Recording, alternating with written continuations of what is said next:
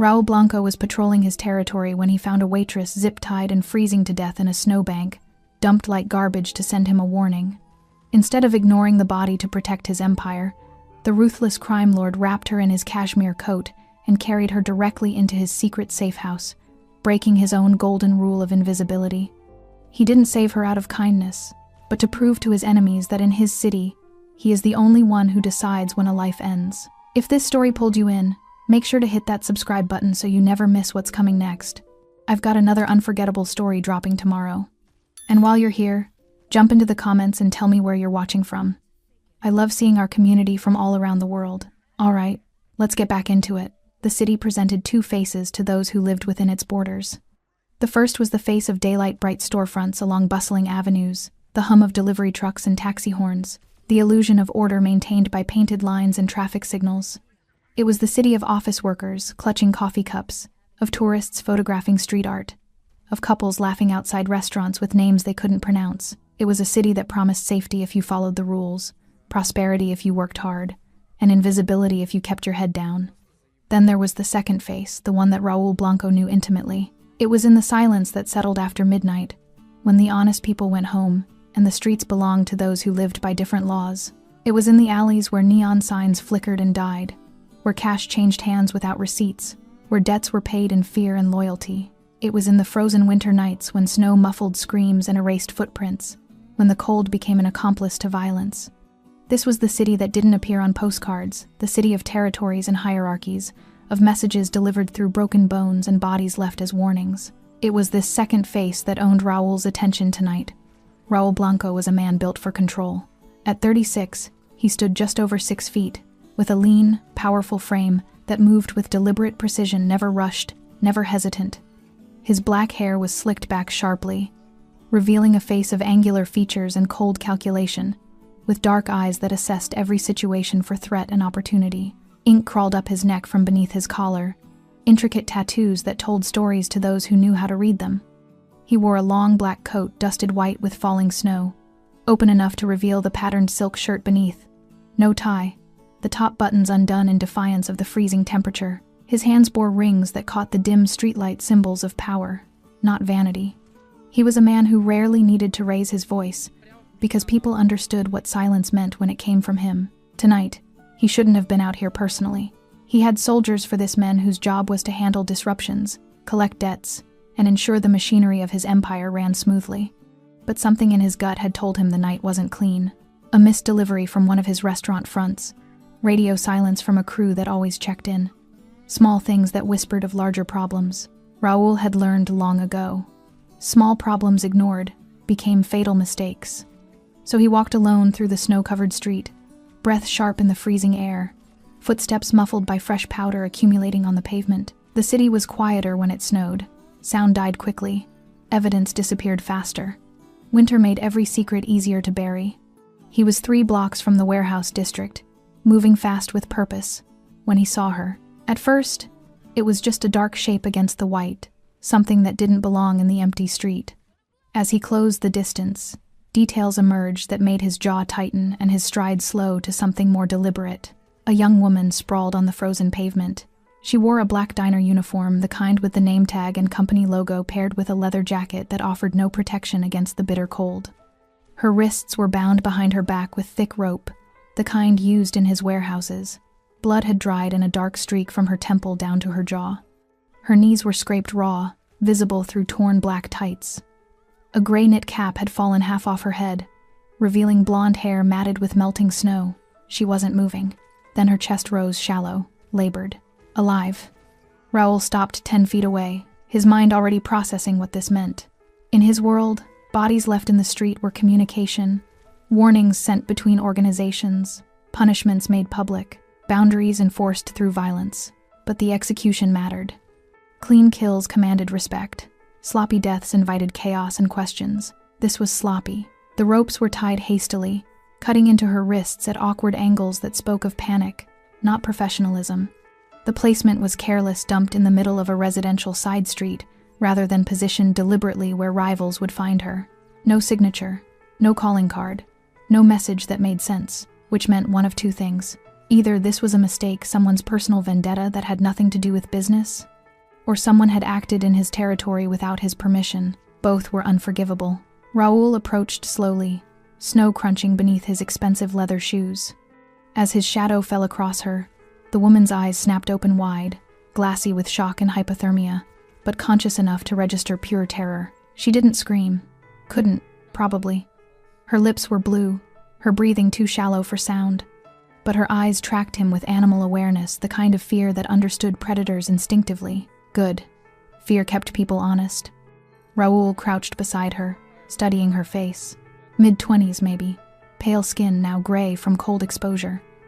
Bruising around her left eye that was hours old, the edges already turning purple and yellow. A split in her bottom lip, crusted with dried blood. Someone had beaten her before binding her.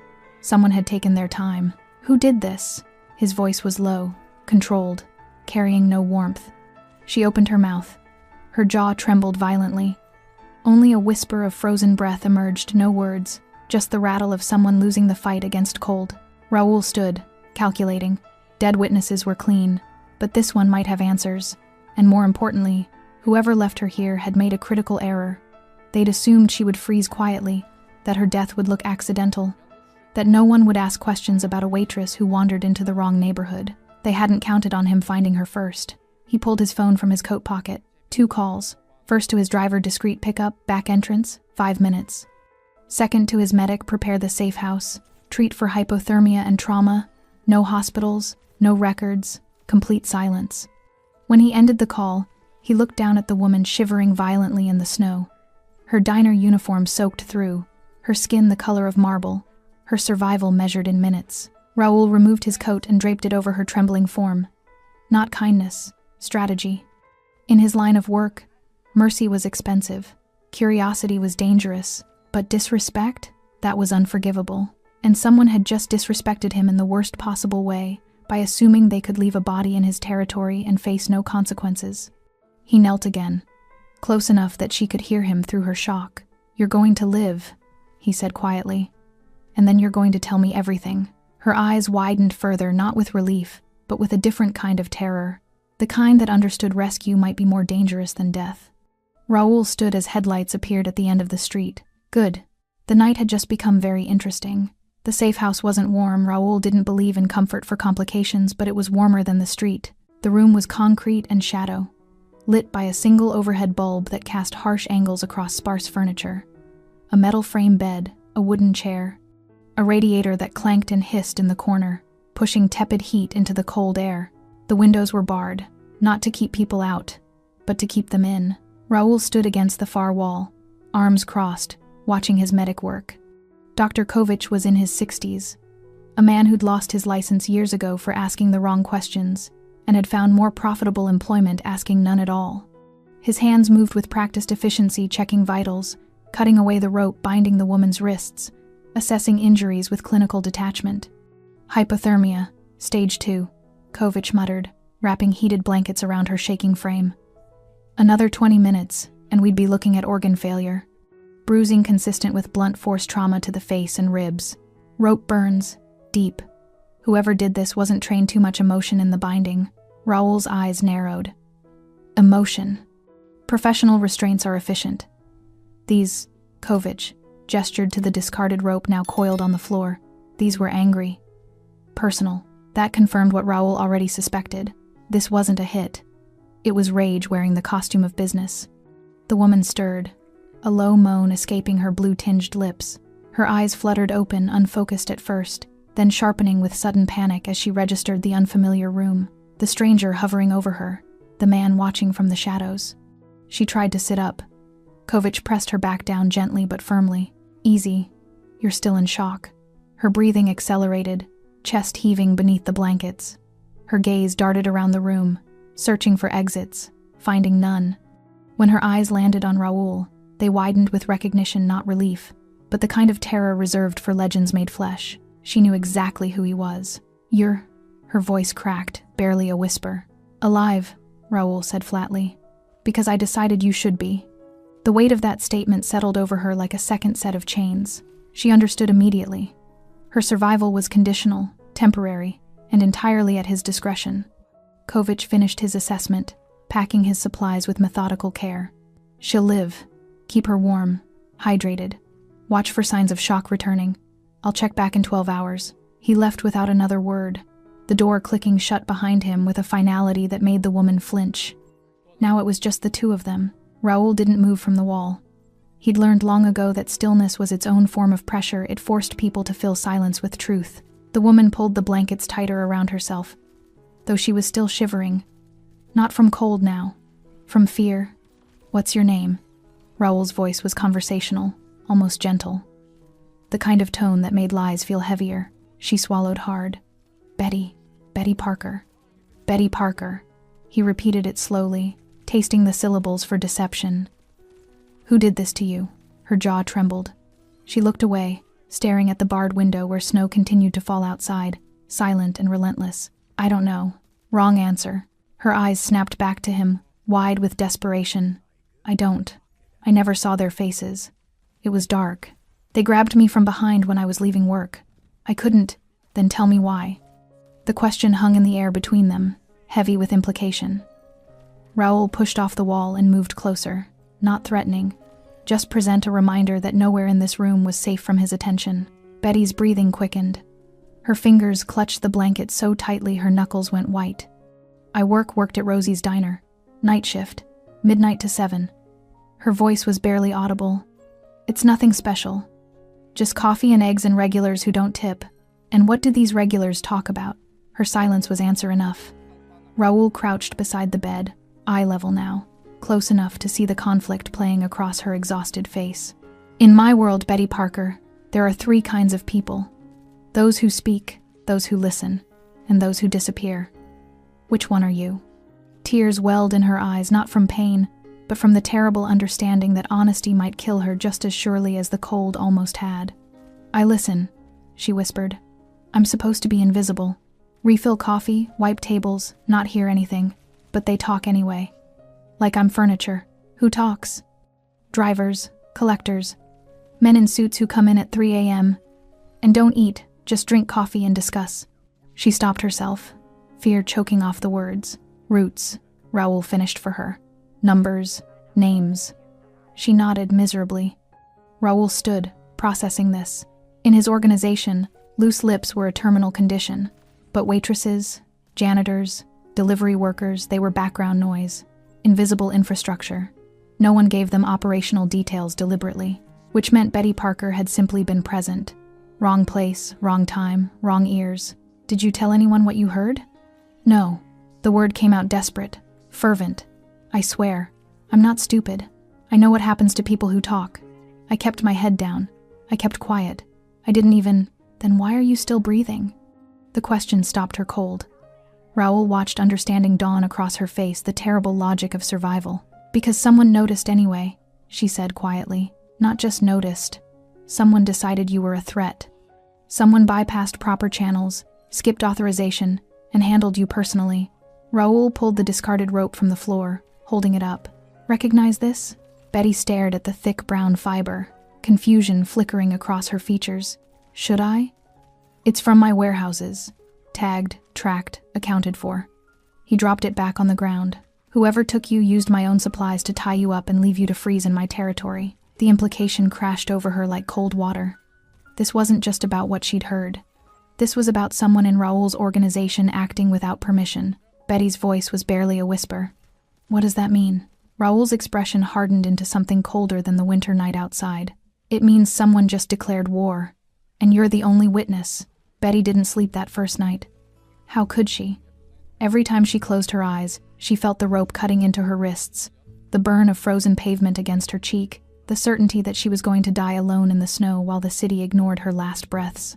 And now she was here alive, but trapped in a room that felt more like a tomb than salvation, guarded by a man whose reputation made death seem merciful by comparison. She sat upright in the metal bed, blankets pulled to her chin, watching the door, waiting for it to open, waiting for Raul Blanco to decide she'd outlived her usefulness. The radiator hissed and clanked, marking time in metallic rhythm. Snow continued falling outside the barred window, soft and relentless, burying the world in white silence. Dawn came slowly, gray light filtering through the storm. The door opened without warning. Betty's breath caught, her body tensing against the inevitable. But it wasn't Raoul who entered, it was a woman in her 40s, dark hair pulled back severely, carrying a tray with food and a bottle of water. She set it on the wooden chair without speaking, her movements efficient and cold. "Eat," the woman said. "Boss wants you functional." Then she was gone, the lock clicking back into place. Betty stared at the food, scrambled eggs, toast, fruit that looked too fresh for a place like this. Her stomach churned with hunger and nausea, fighting for dominance. She forced herself to eat, knowing survival required fuel, even when every bite tasted like ash. 2 hours later, Raoul returned. He entered the same way he'd left, silently, deliberately, owning every inch of space he occupied. Today he wore all black tailored slacks, fitted shirt with the sleeves rolled to his forearms, revealing more of the intricate tattoos that wrapped around his skin like armor. His dark eyes swept the room, cataloging everything, missing nothing. Betty set down the water bottle, her hands trembling despite her best efforts to appear calm. Raoul pulled the wooden chair closer to the bed and sat, resting his forearms on his knees, leaning forward with the casual confidence of someone who'd never needed to fear anything in his life. "Tell me about Rosie's diner," he said. It wasn't a request. Betty's throat tightened.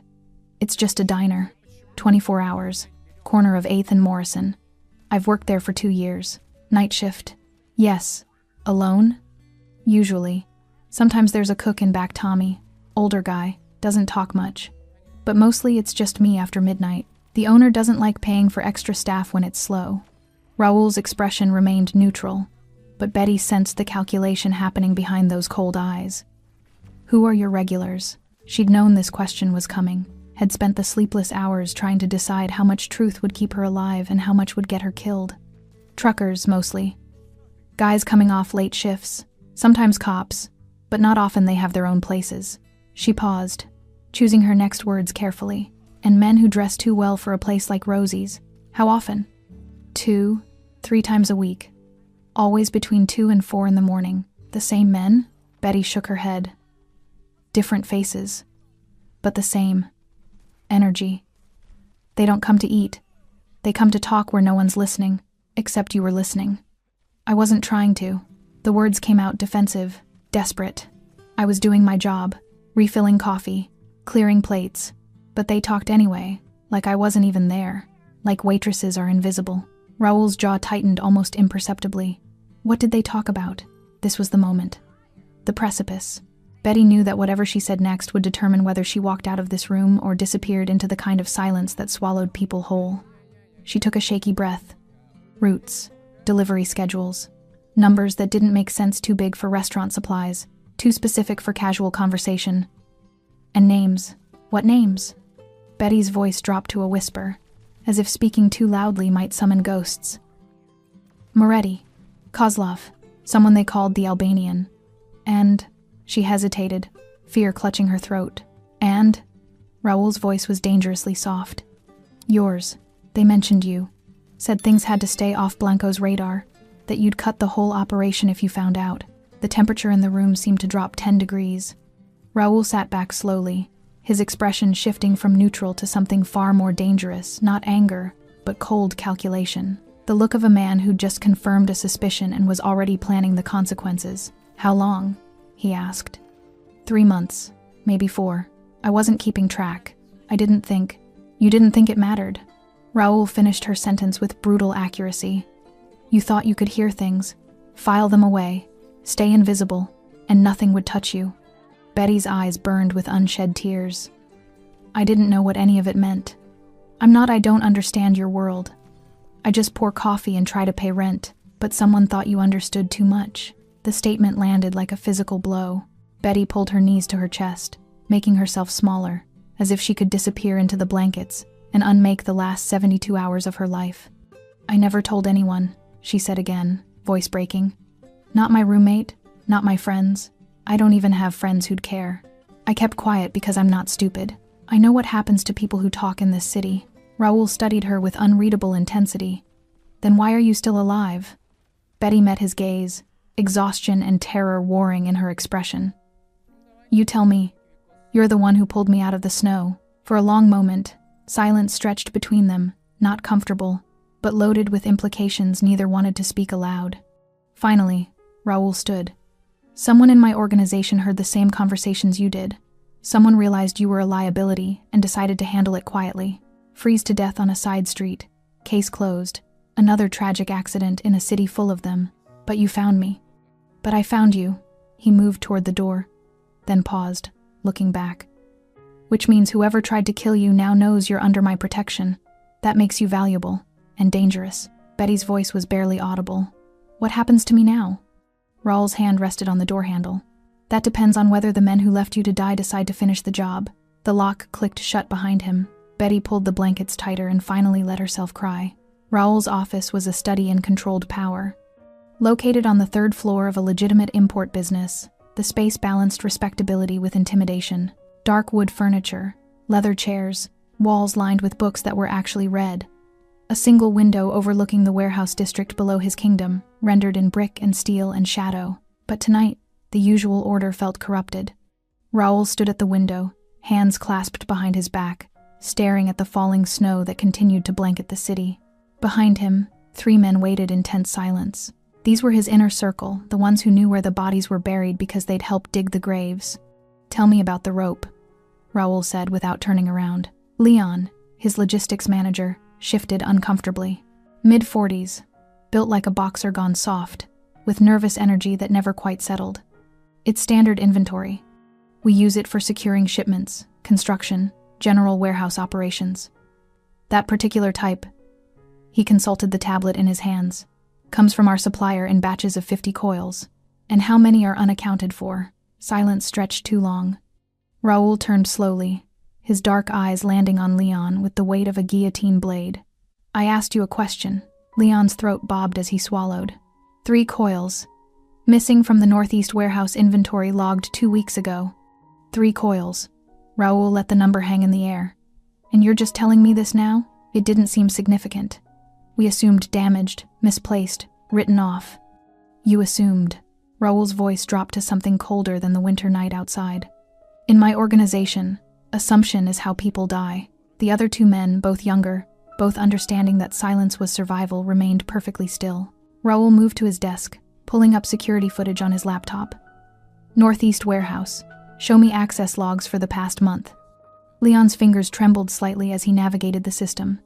Names and timestamps appeared on screen drivers, warehouse workers, supervisors conducting inventory checks, all routine, all authorized. Until one name appeared with disturbing frequency during late-night hours when the facility should have been nearly empty. Raul's jaw tightened.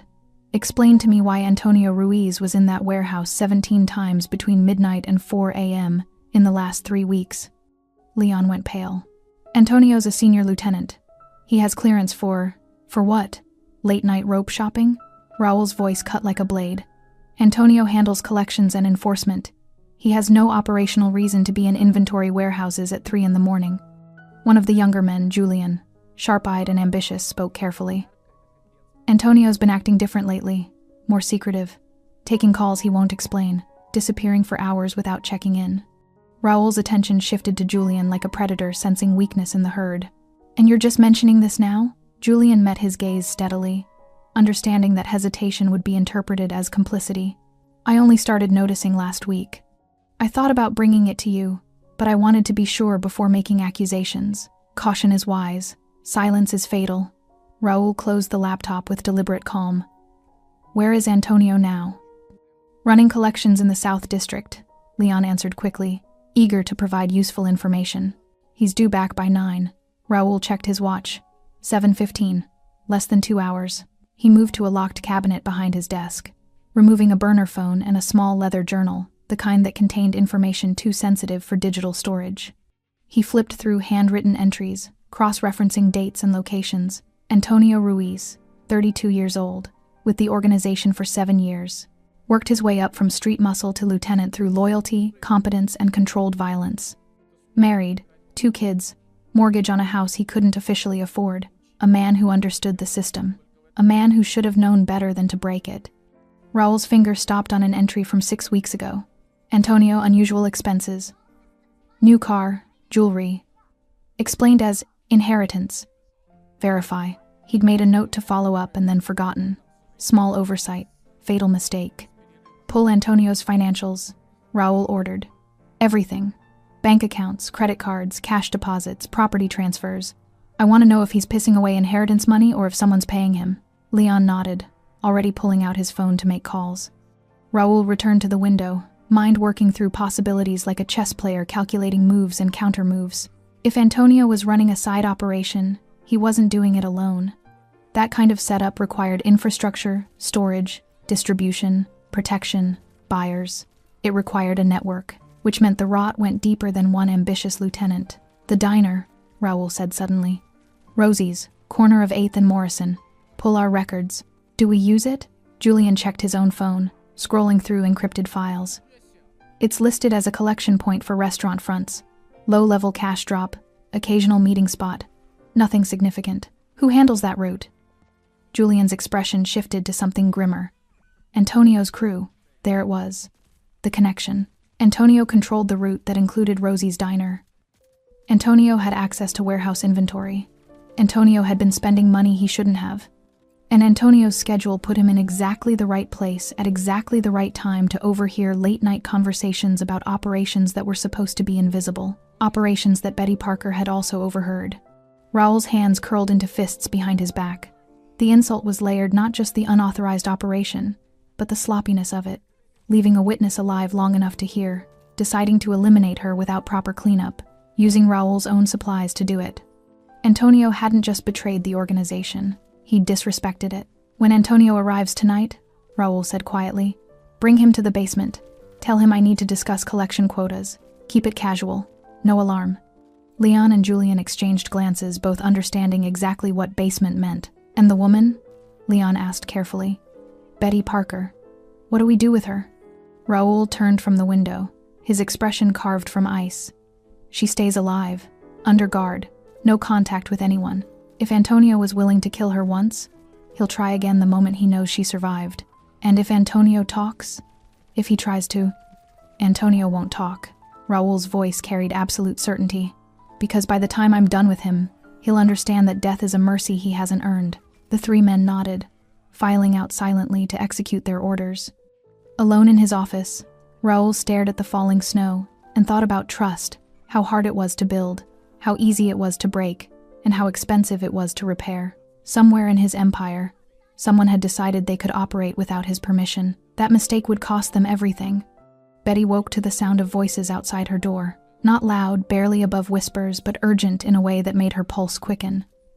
She sat up slowly, still wrapped in blankets, straining to hear through the thick metal barrier. "Don't care what he said. We need protocols. Just guard her. That's the job. If Antonio finds out she's alive." The voices faded as footsteps moved down the hallway. Antonio. The name hung in the stale air like smoke. Betty didn't know who Antonio was, but she understood the tone, the way people spoke about threats they couldn't quite control. She pulled her knees to her chest, mind racing. 48 hours ago, she'd been pouring coffee and counting tips, living a life so ordinary it hurt. Now she was trapped in a concrete room, guarded by criminals, caught between men who spoke in violence and silence. The door opened without warning. Raoul entered, carrying a folder thick with papers. He wore the same black clothing as before, but something about his expression had changed, sharper, more focused, like a blade that had just been whetted. "Get dressed," he said, tossing clothes onto the bed. "We need to talk." Betty stared at the pile. Dark jeans, a plain sweater, clothes that looked new and exactly her size. "How did you—" 10 minutes. He turned toward the door. "Wait." The word came out before she could stop it. Raoul paused, not turning around. Betty's voice trembled. "What's happening? I heard people talking about someone named Antonio. Is he the one who—" "Get dressed," Raoul repeated, his tone allowing no argument. "Then you'll understand everything." He left, the lock clicking behind him. Betty changed quickly, her hands shaking as she pulled on the unfamiliar clothes. They fit perfectly, which somehow made everything worse. It meant Raoul's people had assessed her size, procured clothing, anticipated her needs with the efficiency of an organization that disappeared problems. She was either being protected or prepared for burial. When the door opened again, Raoul wasn't alone. The woman from breakfast stood behind him, arms crossed, watching Betty with the same cold assessment as before. "This is Elena," Raoul said. "She'll be staying with you." It wasn't a comfort. It was a warning. Raoul gestured for Betty to follow him. They moved through narrow corridors lit by harsh fluorescent bulbs, past closed doors that suggested other rooms, other secrets. The building felt larger than she'd imagined, a maze designed to disorient, to make escape impossible. They stopped at a door marked only with a number, 7. Inside was a small room with a table, 2 chairs, and a laptop. Raoul gestured for Betty to sit, then opened the folder he'd been carrying. He spread photographs across the table like a dealer revealing cards. Crime scene photos. Betty's stomach lurched. The images showed the street where she'd been, left her body sprawled in the snow, captured from multiple angles. Someone had taken pictures before Raoul arrived. Someone had documented her near death with clinical precision. "These were taken by my security team," Raoul said, his tone neutral. "Standard protocol for anything unusual in our territory." Betty couldn't look away from the photos. Seeing herself like that, broken, abandoned, dying, made the horror real in a way memory hadn't. She looked so small in the images, so insignificant against the vast white emptiness of the winter street. "Why are you showing me this?" Her voice was barely a whisper. Raoul pulled out another photograph. "Because you need to understand what was supposed to happen." This image showed a close-up of the rope binding her wrists. Raoul pointed to specific details, the rough fiber, the hasty knots, the angle of the restraints. "These knots weren't professional," he explained. "They were angry, personal. Whoever tied you wasn't following orders, they were improvising." He pulled out a different photo, this one showing tire tracks in the snow near where she'd been found. "You weren't dumped from a moving vehicle. You were walked to that location, forced to kneel, then left." Raoul's finger traced the evidence in the snow. "See these marks? That's where you struggled, where your knees hit the pavement before you fell forward." Betty's breath came faster, panic rising in her chest as the memories crashed back, hands shoving her down, the brutal cold of concrete against her skin, the certainty that she would die there. "Stop," she whispered. "Please." Raoul didn't stop. He pulled up weather data on the laptop. The temperature that night was 18 degrees. With wind chill, it felt like 6. The snow was falling at approximately 1 inch per hour. He turned the screen toward her, showing a medical chart. Hypothermia progresses in stages. At 18 degrees, without proper clothing, unconsciousness occurs in approximately 90 minutes. Death follows within 3 hours. He paused, letting the numbers sink in. "You were left there at 11:43 p.m. I found you at 1:17 a.m. Betty's mind did the math automatically. 94 minutes. She'd been minutes away from unconsciousness, an hour away from death. "Why?" The word came out broken. "Why are you telling me this?" Raoul closed the laptop with deliberate calm. "Because you need to understand this wasn't a quick execution. This wasn't a bullet or a blade designed to end you efficiently." His dark eyes locked onto hers with uncomfortable intensity.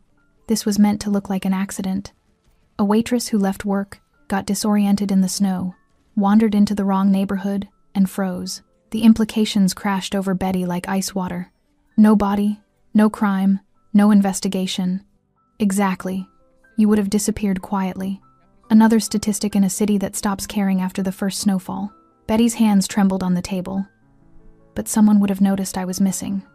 My roommate, my boss, would have assumed you quit, ran off, got into trouble on your own."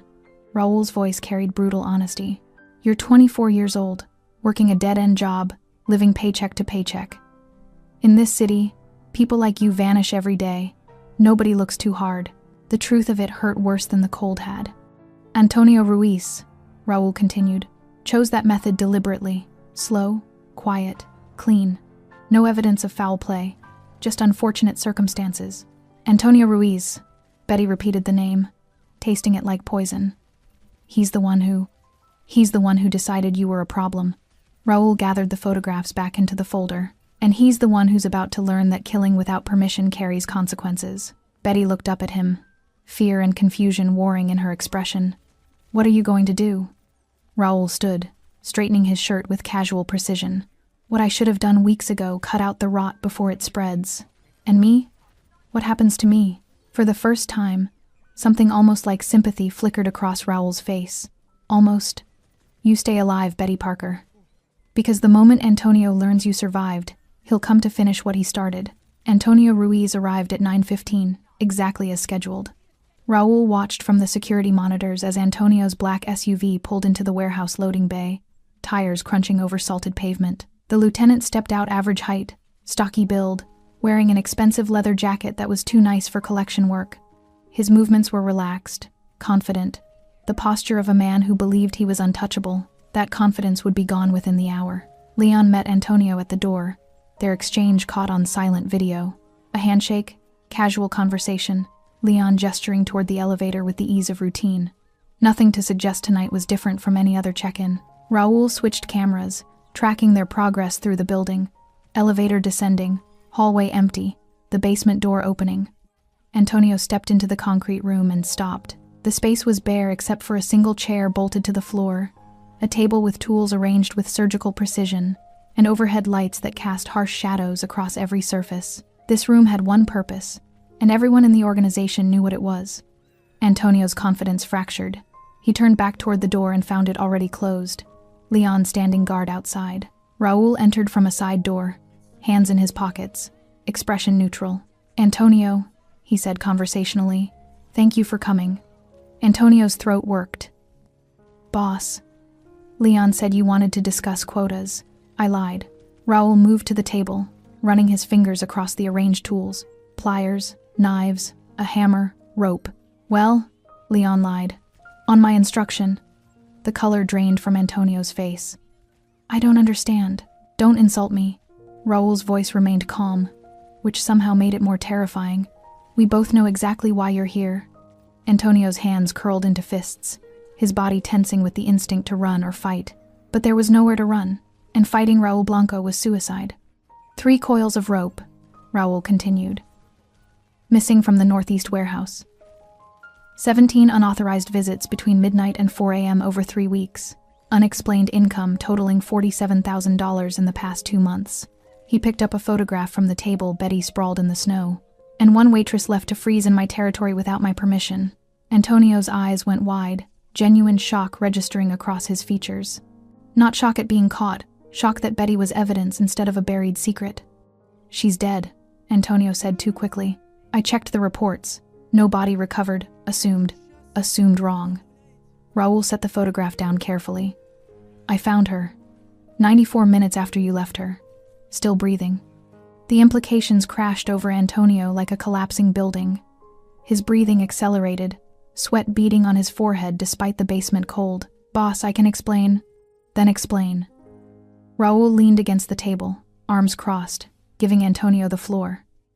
"Explain why you're running an unauthorized operation through my restaurant fronts. Explain why you're moving product I don't know about, using routes I didn't approve, and eliminating witnesses without clearance." Antonio's mouth opened and closed, calculations racing behind his eyes. How much to admit, how much to deny, whether truth or lies would save him. "It wasn't supposed to be like this," he finally said. "The operation, it started small. Side money, clean routes, nothing that would interfere with official business. Side money." Raul's tone remained dangerously neutral. "In my organization, there is no side money. There's money that flows through proper channels, and there's theft. It wasn't theft. I was going to bring it to you once it was established, once I could prove it was profitable. You were going to present me with a finished operation and expect gratitude?" Raul's voice dropped to something colder. "You think I built this empire by letting people operate behind my back and then rewarding them for it?" Antonio's desperation became palpable. "I had investors, people who wanted in on the action but didn't want official connections. I thought I could expand our reach, bring in new revenue streams." "Who?" The single word cut like a blade. Antonio hesitated, and that hesitation told Raul everything. "You're protecting them." Raul pushed off the table, moving closer. "These investors who wanted unofficial access to my territory. You're more afraid of them than you are of me. They're businessmen, legitimate people who—" "Give me names, Antonio." "I can't. They'll kill me if—" Raul's hand shot out, gripping Antonio's throat with sudden, brutal efficiency. Not choking, just holding a reminder of how quickly control could shift. "You think they'll kill you?" Raul's voice was barely a whisper. "You think whatever they'll do is worse than what happens to people who betray me?" Antonio gasped, hands instinctively grabbing Raul's wrist. "Kozlov, the Albanian, Moretti's nephew. They approached me 6 months ago with a proposal." Raul released him. Stepping back, Antonio staggered, sucking in air, hand pressed to his throat. Those names changed everything. Kozlov ran trafficking through the eastern ports. The Albanian controlled gambling and extortion in the warehouse district. Moretti's nephew was a trust fund gangster trying to build reputation through his uncle's connections. They weren't investors. They were rivals testing boundaries, using Antonio as a wedge to crack Raúl's organization from the inside. The waitress, Raúl said. Betty Parker. Why her? Antonio's shoulders slumped in defeat. She heard too much. Late nights at Rosie's, we used it as a meeting spot because it was neutral, quiet. We didn't think the staff mattered. But she was always there, always listening. And one night Kozlov said something specific about routes and she reacted. Just a flinch, but enough. So you decided to eliminate her. I panicked. Antonio's voice cracked. Kozlov said she was a liability, that if she talked to anyone, if she talked to you, the whole operation would collapse. He wanted her gone immediately, professionally. But I thought... He stopped, realizing how damning his next words would be. You thought freezing her would be cleaner, Raúl finished. No bullets, no blood, no questions. Just an accident that would disappear under the snow. Antonio nodded miserably. Raúl walked a slow circle around him, predator assessing prey. You made 4 mistakes, Antonio. First, operating without permission. Second, using my resources to do it. Third, killing in my territory without authorization. And fourth, he stopped directly in front of Antonio, eyes cold as winter, failing to confirm the kill. Boss, please. Betty Parker is alive, which means she can testify, which means everyone now knows you're not just a thief, you're incompetent. Antonio dropped to his knees. I'll fix it. I'll find her, finish it properly. You'll do nothing. Raúl's voice carried absolute finality. Because the moment Kozlov and his partners learn she survived, they'll send their own people to clean up your mess. And that, Antonio, is about to become very useful.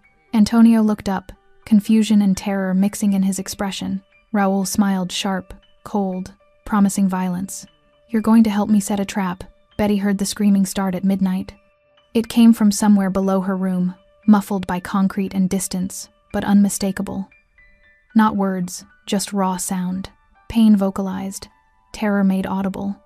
She pressed her hands over her ears, curling into herself on the metal bed. But nothing could block out the knowledge of what was happening in the basement. Someone was paying for her survival. Elena sat by the door, arms crossed, expression unchanged. She'd been present for hours, silent guardian or warden. Betty couldn't tell which. When Betty looked at her with wide, pleading eyes, Elena simply shook her head. Don't ask questions you don't want answered. The screaming stopped abruptly. The silence that followed was somehow worse. In the basement, Raúl stood over Antonio's broken form, with the detached calm of a surgeon finishing an operation. The lieutenant was still conscious barely. Blood dripped from split knuckles where Raúl had methodically shattered the bones with the hammer. Antonio's face was a mess of bruises and cuts, his breathing ragged and wet-sounding, but his eyes were still focused, still aware. That was intentional. Pain was a message, but consciousness was the delivery system. I want you to understand something, Raúl said, his voice conversational despite the violence. This isn't punishment for stealing. Theft I can forgive, it's expected. Even. Ambition is natural. He crouched beside Antonio, meeting his glazed eyes. This is punishment for disrespect. For thinking you could operate in my territory, use my resources, and kill on my streets without consequence. For believing you were smarter than the system I built. Antonio tried to speak, but only blood-flecked whispers emerged. Raúl stood, gesturing to Leon and Julian, who'd watched the entire interrogation in grim silence. Get him cleaned up. Medical attention enough to keep him functional. I need him alive for what comes next. They moved forward with practiced efficiency, dragging Antonio toward the service elevator. Raúl removed his rings one by one, setting them on the table beside the tools. His knuckles were bruised but not broken. He'd learned long ago how to inflict maximum damage while maintaining his own capability. He washed his hands in the industrial sink, watching pink water spiral down the drain. The physical act of violence never bothered him. It was necessary, mechanical, a language spoken fluently in his world. What bothered him was the waste. Antonio had been competent, loyal for years, and had thrown it all away for money and ego. Trust, once broken, could never be fully repaired. His phone buzzed. A text from one of his surveillance teams. Package confirmed. Kozlov's people mobilizing. ETA 2 hours, right on schedule. Raoul had released information through carefully controlled channels, whispers that Betty Parker was alive, protected, ready to talk. He'd made sure Antonio's partners heard exactly what they needed to hear. That their operation was compromised, that a witness could destroy everything, and that Raul Blanco's attention was focused elsewhere, leaving gaps in his security. The trap was set. Now he just needed them to walk into it. Upstairs, Betty jumped when the door opened. Raul entered, looking exactly as he had hours before, composed, clean, showing no signs of whatever had happened in the basement. Only his knuckles, slightly swollen and bruised, hinted at violence. Betty pressed herself against the wall, instinctively trying to create distance. "You heard," Raoul said. "Not a question." She nodded mutely. "Good. You should understand what it costs to keep you alive." He moved to the window, looking out at the snow that continued falling in the darkness. "Antonio Ruiz will survive. He'll recover. But he'll never work in this city again, and everyone in my organization will know exactly why." Betty's voice was barely audible. "What did he tell you?" "Everything." Raoul turned to face her. "The operation he was running, the partners financing it, and the fact that you were never the real target, you were collateral, leverage to keep a secret that was already rotting from the inside." "I don't understand." "Antonio was being used. Rival organizations wanted access to my territory, my roots, my infrastructure. They found an ambitious lieutenant willing to play the middle, convinced him he could get rich and get away with it." Raoul's expression hardened. "You heard conversations you weren't supposed to hear. You became a liability. And rather than handle it properly, report it. Let me decide Antonio tried to solve the problem himself." Betty absorbed this, the full weight of it settling on her shoulders. "So I almost died because I was in the wrong place at the wrong time. You almost died because powerful men wanted to test my control, and you were convenient." Raoul moved closer, his presence filling the small room. "But here's what you need to understand. They know you're alive now. I made sure of it, which means they're coming to finish what Antonio started." Terror flooded Betty's system. "What? Why would you?" "Because chaos is an opportunity." Raoul's voice carried cold calculation. "Antonio's partners think I'm distracted, that my organization is fractured by betrayal. They think they can send a team to eliminate you, clean up their mess, and retreat before I respond. They're wrong." Betty's breathing accelerated. "You're using me as bait." "I'm using you as a solution," Raoul corrected. "When they come for you, they'll walk into a trap that eliminates them and sends a message to every other organization in this city. My territory is not negotiable, and if something goes wrong, if they actually... nothing will go wrong." The certainty in his voice was absolute. "I have 30 men positioned around this building. I have surveillance on every approach. I know exactly who's coming, how many, and what they're armed with. They'll be dead before they reach the second floor." Betty stared at him, caught between horror and a twisted sense of security. This man had beaten someone unconscious in her name. He'd dismantled part of his own organization to protect her, not out of kindness, but because she represented something larger: control, respect, order. She was a symbol wearing a diner uniform. "What happens after?" she asked quietly. "After you've sent your message and killed whoever comes, what happens to me?" Raoul studied her with unreadable eyes. "That depends on whether you can live with what you've seen, whether you can keep the kind of silence that protects both of us. And if I can't," the question hung between them, heavy with implication. Raoul moved toward the door. "Then you'll discover that I'm very good at solving problems permanently." He left before she could respond, the lock clicking with finality. Betty sat alone in the darkness, listening to footsteps in the hallway, guards taking position, weapons being checked, the mechanical preparation for violence. She thought about the screaming from the basement. She thought about Antonio Ruiz, broken but alive, a warning made flesh. And she understood with crystalline clarity that her survival depended on becoming exactly what Raoul needed: a witness who would never speak. Outside, snow continued falling, burying the world in white silence. The attack came at 3:17 a.m., exactly when Raoul predicted. Betty heard it begin not with gunfire, but with silence. The ambient sounds of the building suddenly stopped. No footsteps in hallways, no distant conversations. Just hollow quiet that pressed against her eardrums like water pressure.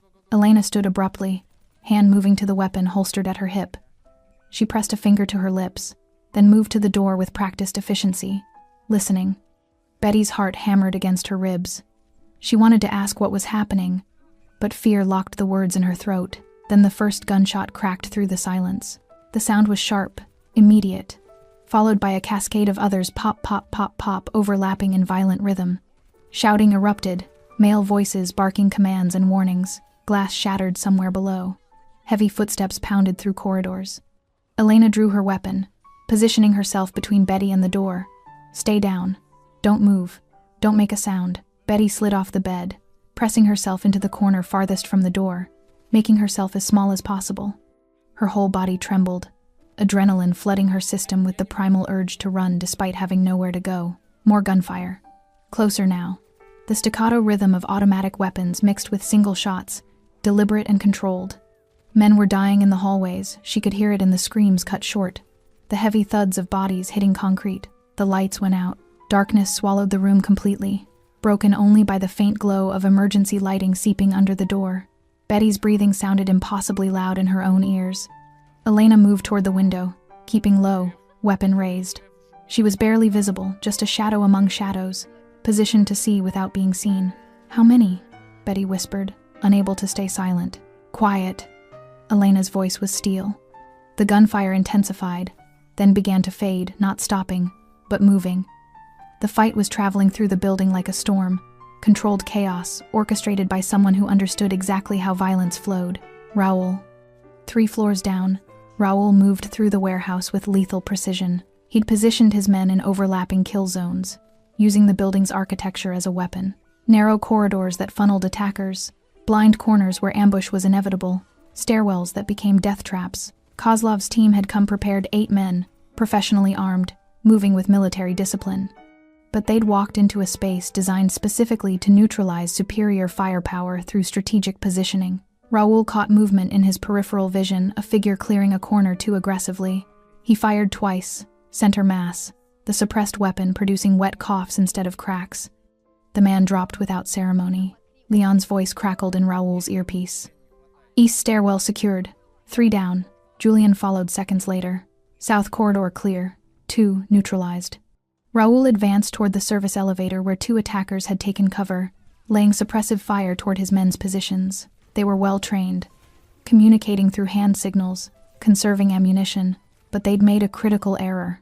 They'd entered his territory thinking surprise was advantage enough. Raoul circled behind them using maintenance passages only his people knew existed. He emerged from a storage room 15 feet behind their position, weapon raised. They never heard him coming. 2 shots, 2 bodies. "Main floor secured," Raoul said into his mic. "Sweep for stragglers." He moved toward the upper levels, taking stairs 3 at a time, checking corners with practiced efficiency. The building had gone mostly silent again, just sporadic gunfire as his men finished clearing rooms. When he reached the 3rd floor, he found Julian standing over a wounded attacker, weapon trained on the man's head. The attacker was young, maybe 30, bleeding from a shoulder wound but conscious and defiant. He glared up at Julian with the kind of hatred that transcended pain. "Who sent you?" Julian demanded. The man spat blood. "Go to hell." Raoul approached, footsteps echoing in the corridor. The wounded man's eyes tracked him, recognition and fear flickering across his features. "Kozlov or the Albanian?" Raoul asked conversationally. Silence. Raoul crouched beside him, studying the tactical gear, the weapons, the earpiece still transmitting dead static. "Doesn't matter. You're already a corpse. The only question is whether you die quickly or slowly." The man's jaw tightened, but his resolve was cracking. Pain had a way of reshaping priorities. "Kozlov," he finally gasped. "Contract hit. 50,000 for the girl. Clean execution. No witnesses. And if you failed?" The man's expression twisted with grim understanding. "We weren't coming back anyway." Raoul stood. "Then you got what you came for." He nodded to Julian, who fired once. The sound echoed briefly, then faded into silence. Betty heard footsteps approaching, measured, deliberate, not frantic. Elena tensed, weapon raised toward the door. 3 knocks, a pause, 2 more knocks. Elena relaxed fractionally, moving to unlock the door. Raoul entered, his black clothing torn in places, a streak of blood across his jaw that clearly wasn't his.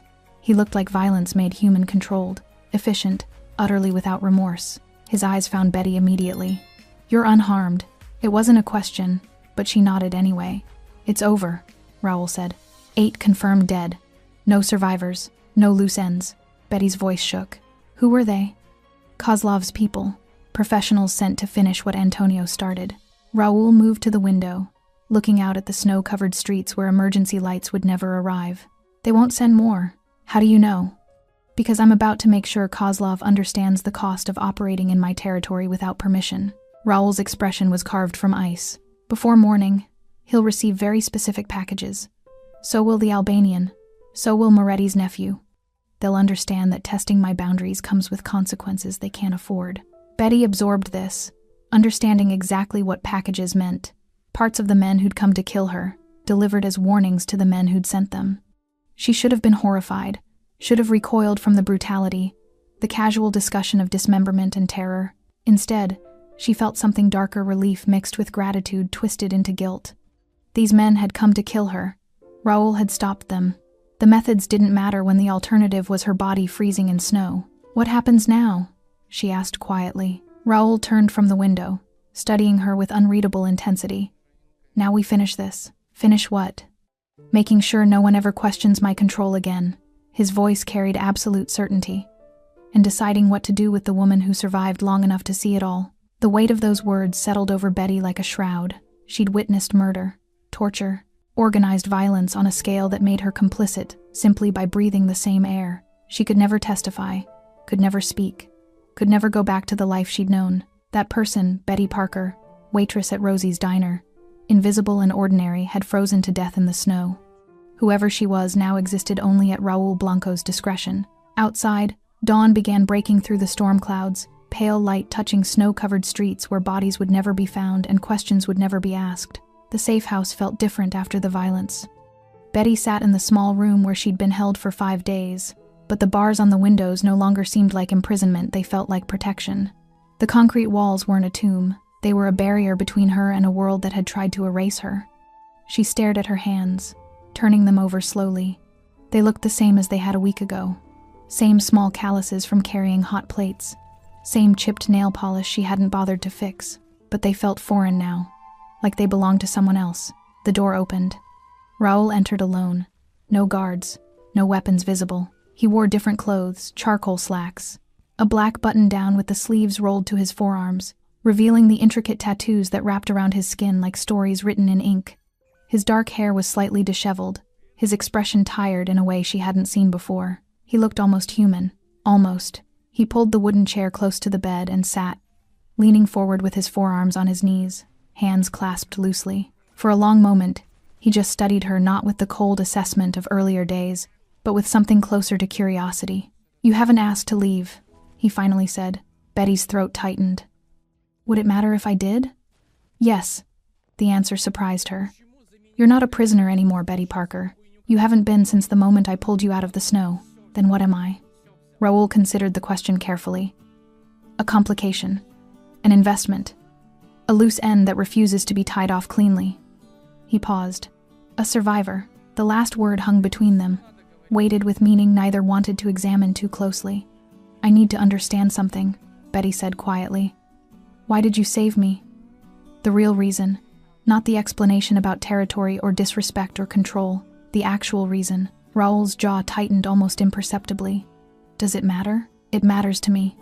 Silence stretched between them, not uncomfortable, but heavy with unspoken truths fighting to stay buried. "I've built an empire on rules," Raoul finally said. "Structure, hierarchy. Everyone understands their place, their boundaries, their consequences. It works because it's predictable. Violence has purpose. Death has meaning. Nothing happens without reason." He looked toward the barred window, where morning light filtered through falling snow.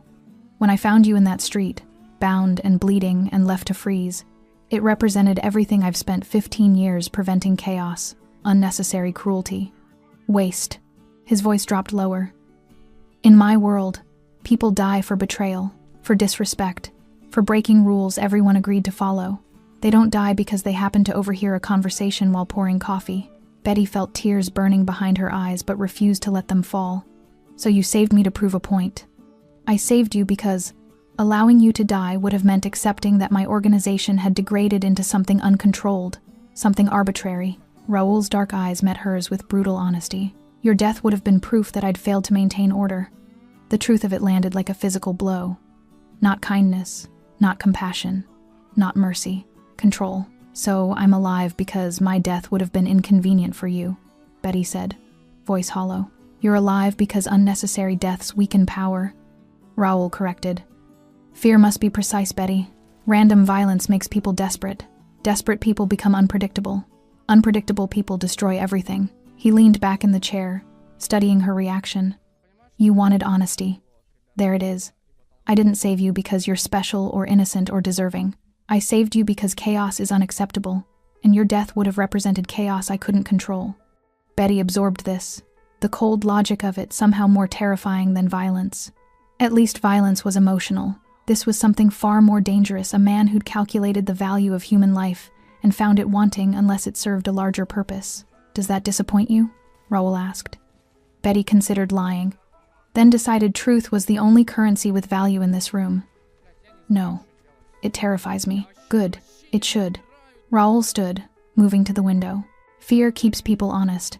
It reminds them that actions have consequences, and consequences are rarely negotiable. Is that how you live? Betty asked. Everything calculated? Everyone expendable unless they serve your purpose? Yes. The single word carried no apology, no justification, no regret. Betty felt something shift inside her, not acceptance exactly, but understanding. Raoul Blanco wasn't a monster. He was something more complicated and more dangerous.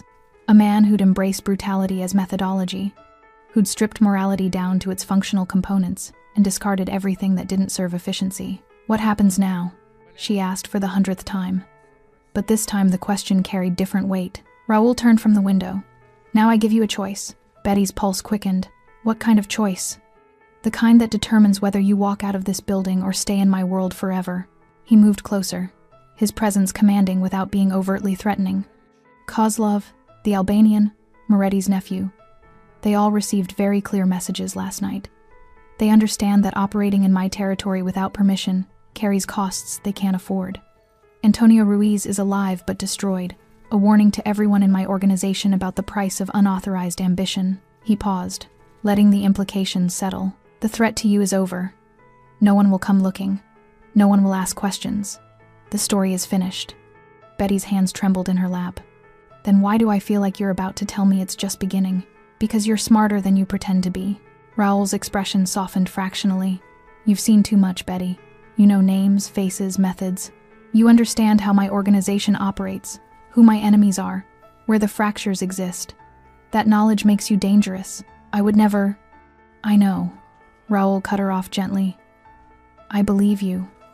But belief isn't insurance, and in my world, loose ends have a way of becoming fatal liabilities. Betty's voice barely rose above a whisper. So you're going to kill me after all? No. Raoul crouched in front of her, eye level now, close enough that she could see the faint scar along his jawline, the exhaustion etched around his eyes. I'm going to give you a choice that very few people receive. Walk away, or stay. I don't understand. Walk away means new identity, new city, new life. You disappear completely. Betty Parker dies in paperwork, and someone else takes her first breath somewhere far from here. I provide everything, documents, money, security, protection. You start over, clean, with the understanding that you never speak about what happened here, ever. And if I stay? Raoul's expression became unreadable. Then you accept that your old life is over. You work for me. You become part of the structure, protected, but never free. The choice was impossible and completely clear. Freedom with silence, or safety with servitude. How long do I have to decide? Betty asked. Until morning. He stood, moving toward the door. Raoul. His name felt strange in her mouth. He paused, looking back. Thank you, Betty said quietly. For saving me. Even if it was just to prove a point. Something flickered across his face, too quick to identify, too complex to name. Get some rest, Betty Parker. Tomorrow you choose who you become. The door closed softly behind him, leaving her alone with an impossible decision and the weight of survival she hadn't asked for but couldn't refuse. Betty stood at the window of her room, watching dawn break over the city she'd lived in for 6 years but never really understood. From this height, it looked almost peaceful. Snow-covered streets gleaming in early light, buildings casting long shadows, ordinary people beginning ordinary days. They had no idea what happened in the spaces between their comfortable lives. The violence, The calculations, the bodies that disappeared without questions. She'd been one of them once. Invisible, insignificant, safe, in obscurity. That version of herself was gone. Behind her, Elena packed a small bag with mechanical efficiency, new clothes, identification documents, cash in neat stacks, a phone with a single programmed number, everything Betty would need to disappear. She'd made her choice in the hours before dawn, lying awake and tracing the path her life had taken from ordinary to impossible. The decision hadn't been difficult once she'd stopped fighting what she already knew. She couldn't stay. Not because she didn't understand Raoul's world, she understood it too well.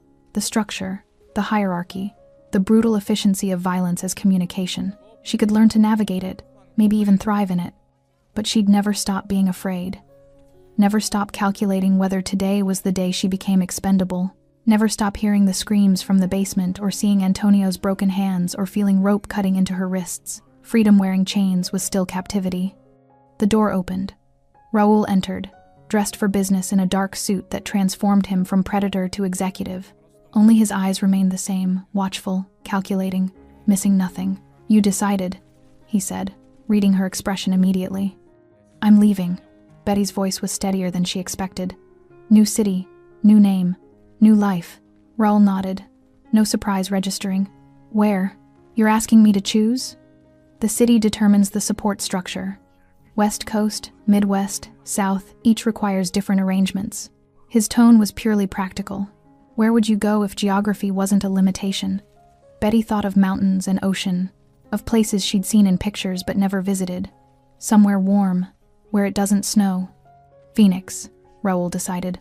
Large enough to disappear into, transient enough that newcomers don't raise questions, far enough from here that your past stays buried. He pulled an envelope from his jacket, setting it on the table. New identity, birth certificate, social security card, driver's license, complete background that stands up to standard verification. Your name is Grace Mitchell, 26 years old, relocated for work, bank account with $50,000, replenished quarterly for 2 years. Betty stared at the envelope, understanding the weight of what it represented. Why quarterly? Why 2 years? Because starting over is expensive, and I don't create problems by cutting people off before they're established. Raoul moved to the window, looking out at the city. After 2 years, you're on your own. The money stops. The protection remains, but at a distance. And if I need help before then? The phone has one number programmed. Emergencies only. You use it, people come.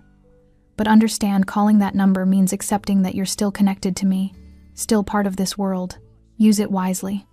Betty picked up the envelope, feeling the thickness of her new identity between her fingers. Grace Mitchell. The name felt foreign and somehow fitting grace she hadn't earned. A gift wrapped in threat. "What happens to Betty Parker?" she asked quietly. "Officially, nothing. She simply stops existing. No death certificate, no missing person report. People will assume she ran off, got into trouble, disappeared the way vulnerable people do in cities that don't care enough to look." Raoul's reflection in the window was impassive. "Your roommate already thinks you quit without notice. Your boss at Rosie's hired a replacement. In 6 months, no one will remember you were ever here." The casual erasure of her existence should have hurt more. Instead, Betty felt something close to relief. Being forgotten was safer than being remembered. "Can I ask you something?" She turned to face him directly. "Yes. Antonio, what happened to him?" "Really?" Raoul considered how much truth to offer. "He's alive. Broken, but functional. I sent him to work in a meat processing plant in Montana, legitimate business. No criminal connection, minimum wage, no chance of advancement. He'll spend the rest of his life doing manual labor and remembering what ambition cost him. That's worse than death. That's the point." Raoul's expression remained neutral. "Antonio gets to live with his failure every day. Everyone in my organization gets to see him and understand what happens when you operate without permission. It's a lesson that keeps working long after a corpse stops being useful." Betty absorbed this, the cold efficiency of it somehow more brutal than the violence she'd witnessed. "Will I ever see you again?" The question emerged before she could stop it. Raoul's dark eyes met hers with something almost like regret. Almost. "No. After today, I don't exist for you, and you don't exist for me. That's how you stay safe, Grace Mitchell." The use of her new name felt like a door closing. Elena appeared in the doorway. "Car's ready." Betty picked up the packed bag, slinging it over her shoulder. Everything she needed to start over, fit in, carry on luggage, which said something profound about how little she'd accumulated in 24 years of existence. She moved toward the door, then paused beside Raoul. "I won't forget," she said quietly. "What you did, what you are, all of it. Good." His voice carried finality. Fear is survival. Never forget that staying alive sometimes means accepting help from people who terrify you. Betty nodded, understanding that this was his version of goodbye, no sentiment, no false comfort, just brutal honesty wrapped in warning. She followed Elena through corridors she'd memorized, past doors she'd never see opened, down stairs that led to freedom she'd never truly feel. The car was black, expensive, windows tinted dark. The driver didn't speak as Betty slid into the back seat. Elena handed her a second envelope thicker than the first. Instructions, contacts, emergency protocols. Read everything, then burn it. Elena's expression remained impassive. "Good luck, Grace Mitchell." The door closed. The car pulled away from the safe house, tires crunching through fresh snow, carrying Betty Parker toward the airport and the fiction of Grace Mitchell waiting on the other side of the country.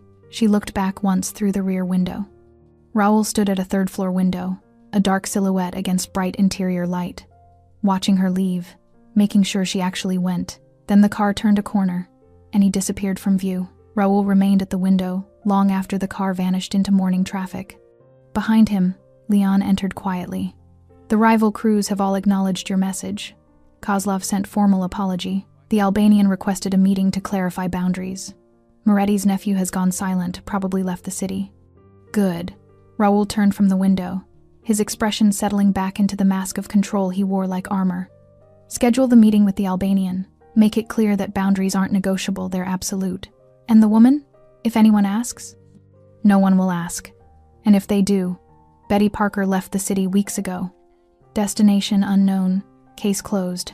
Leon nodded, understanding that some stories ended without resolution because resolution raised uncomfortable questions.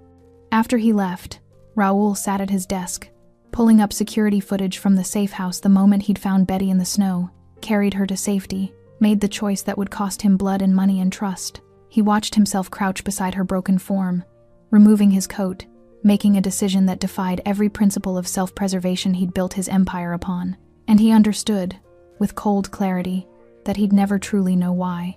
Maybe it was control. Maybe it was chaos wearing the mask of mercy.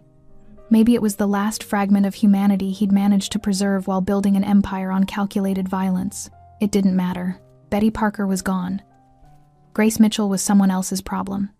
And Raoul Blanco remained exactly what he'd always been, a man who saved one life to prove that his empire hadn't degraded into meaningless cruelty. He closed the laptop and stood, straightening his suit, preparing for another day of maintaining the structure that kept his world from collapsing into chaos.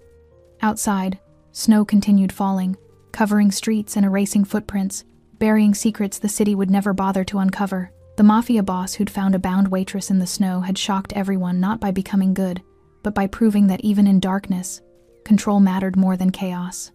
And that, in the end, was the only redemption men like him could ever claim. Thanks for staying with this story right till the final moment. You're the reason these stories come alive. If you're ready for another powerful journey, just tap the next video on your screen. And before you go, leave a quick comment and rate this story from 1 to 10. I'm excited to see your thoughts and connect with you down there. А все равно, как бы, сути дела не меняет, как бы зарплата плюс-минус везде там, больше, чуть меньше.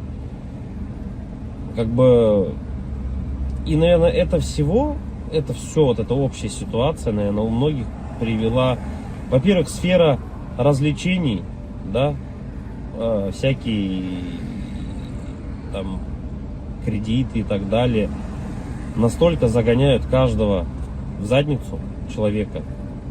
И об этом на самом деле никто так-то не говорит. Какое количество сейчас, допустим, даже в те же сложные времена такие, когда вот сейчас идет там специальная военная операция, да, где люди вообще умирают, в принципе, за какую-то сумму денег.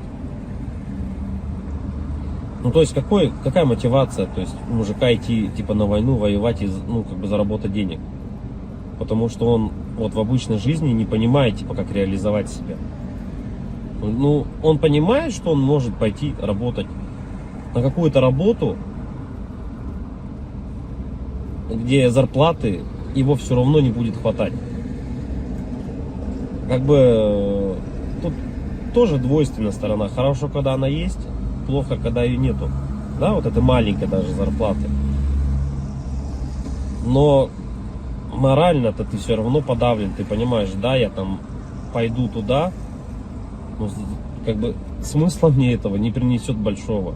Да, у меня там станет, если я вообще не работаю и буду работать за 50 тысяч, хорошо, что они у меня есть, я смогу там покушать себе купить, но это же дизмораль.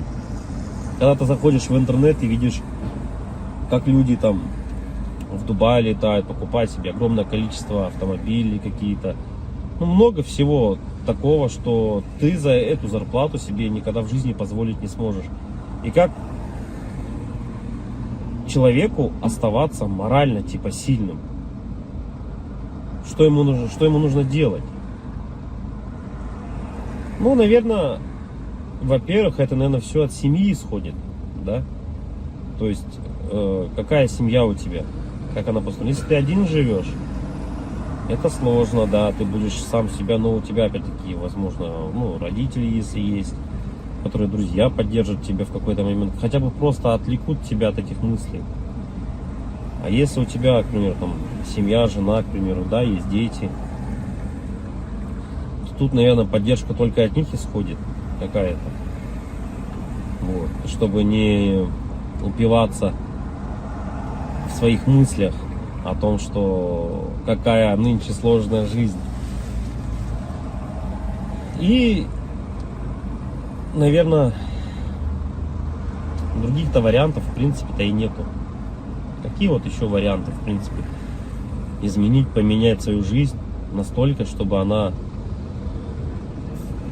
была, ну, казалась тебе удачной, да, реализованным себя в жизни, в чем-то.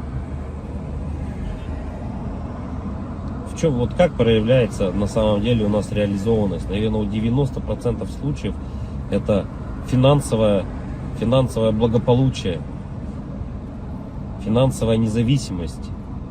Это, наверное, одно из таких ключевых моментов, когда человек, наверное, считает себя реализованным, да, в этой жизни. То есть, как добиться этого? То есть, с учетом того, что даже возьмем нашу страну, да, сколько миллионов людей здесь живет, как каждому добиться этого результата? Непонятно. И с каждым годом просто ситуация становится все хуже и хуже. Все дорожает, люди зарабатывают либо столько же. Ну, даже если они зарабатывают столько же, на самом деле этого все уже недостаточно. К чему это все приведет на самом деле? В оконцове, наверное, мир погрязнет в большую депрессию в какую-то. Какие-то войны, возможно, или еще что-то еще больше глобальных таких вещей, которые не приведут ни к чему хорошему на самом деле. Поддержка каждого человека именно для того, чтобы он держался, наверное, морально, заключается в том, что, ну, наверное, дом, в который ты приходишь, должен быть крепостью твоей. Да, что это единственное должно быть место, где ты будешь чувствовать себя под защитой. Для этого было и придумано, наверное, своя пещера изначально, потом свои какие-то чумы, палатки различные, да, потом все это превратилось. На данный момент это у нас дома, квартиры, в которые мы приходим и должны ощущать себя в безопасности, чтобы можно быть немного морально расслабленным с учетом того, что ты выходишь каждый день на работу, на улицу, и все равно давление вот это вот, оно все равно присутствует. Когда ты заходишь в магазин, видишь цены эти, да, и так далее, не можешь себе что-то там приобрести, позволить на ежедневной основе, это откладывает большой, наверное, отпечаток. Не, наверное, а точно. И поэтому, когда возвращаясь домой, ты чувствую, вот хотя бы есть типа уголок того места, куда ты можешь прийти.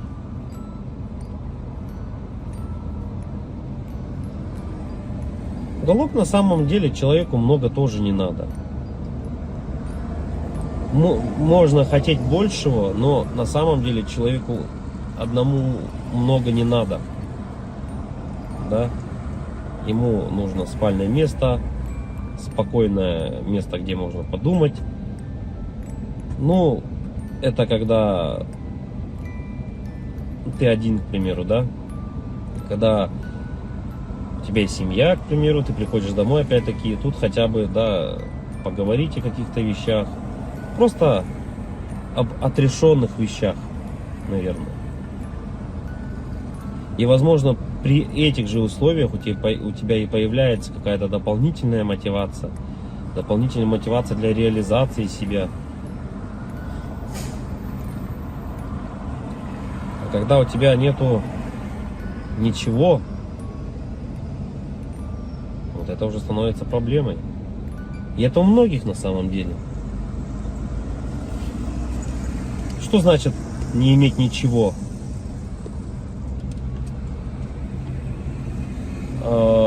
Тут, наверное,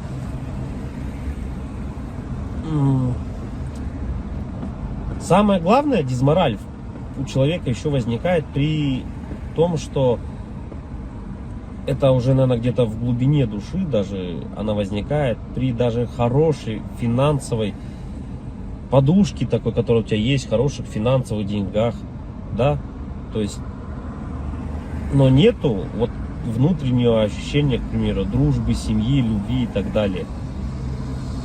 Это уже отдельно на самом деле разговор, потому что мы, вот, к примеру, можем взять, как сейчас вот Новстрой, если кто-то смотрит, насколько тяжело обладать такими финансами и не иметь, по сути, ничего.